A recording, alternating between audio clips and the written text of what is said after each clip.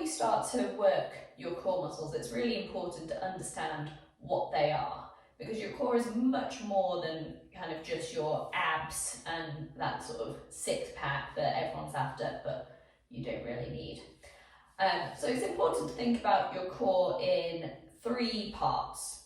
So your first part are the muscles that are intrinsic to your spine. So these muscles are really important because they stabilize you locally. So they keep your spine in line and your pelvis, and they work to keep you on your feet, standing upright all day.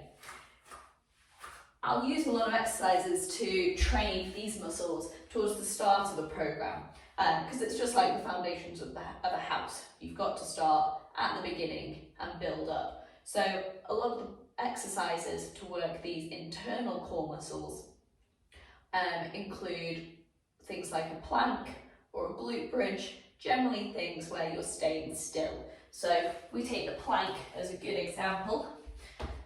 When I come into this position, I'm stabilizing throughout my whole spine. I'm also using my glutes a bit to keep me up. And it's really great to work these muscles isometrically to start with so that you get that base stabilization. The next part of our core is probably the muscles that you think of as more traditionally your core muscles. So yes, your abs, also your external obliques, so the muscles on the side. You might work those through a Russian twist or a bicycle crunch, something like that. And as with those exercises that I've mentioned, these exercises usually involve a bit more movement, okay, because you're going to start to build strength in the more superficial core muscles of your trunk.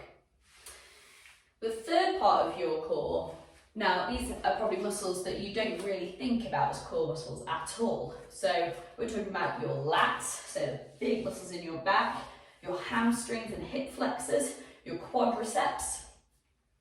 And these muscles are really important because once you start to move, they're going to stabilize you dynamically. And ultimately, that is what our core is doing. It's stabilizing us so that we can make movements with the rest of our body. So for example, if you were going to kick a ball, okay, so one foot is going to be doing the kicking, but down the other side, we've got to stabilize all up that leg and your core so that you can transfer power to your kick.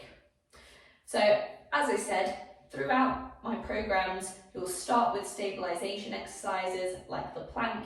You'll move on to exercises to strengthen the more superficial core muscles, so things like crunches, bicycles, all that kind of thing.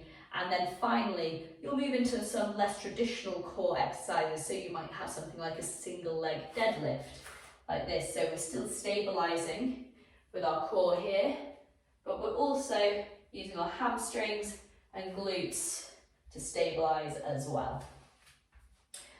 So hopefully that gives you a good insight into why we work the core and why some of these exercises are core exercises. Have a go at the exercises in the next section. I've included a few stabilization ones and a few strengthening ones so that you can have a go at them all and get a feel for it.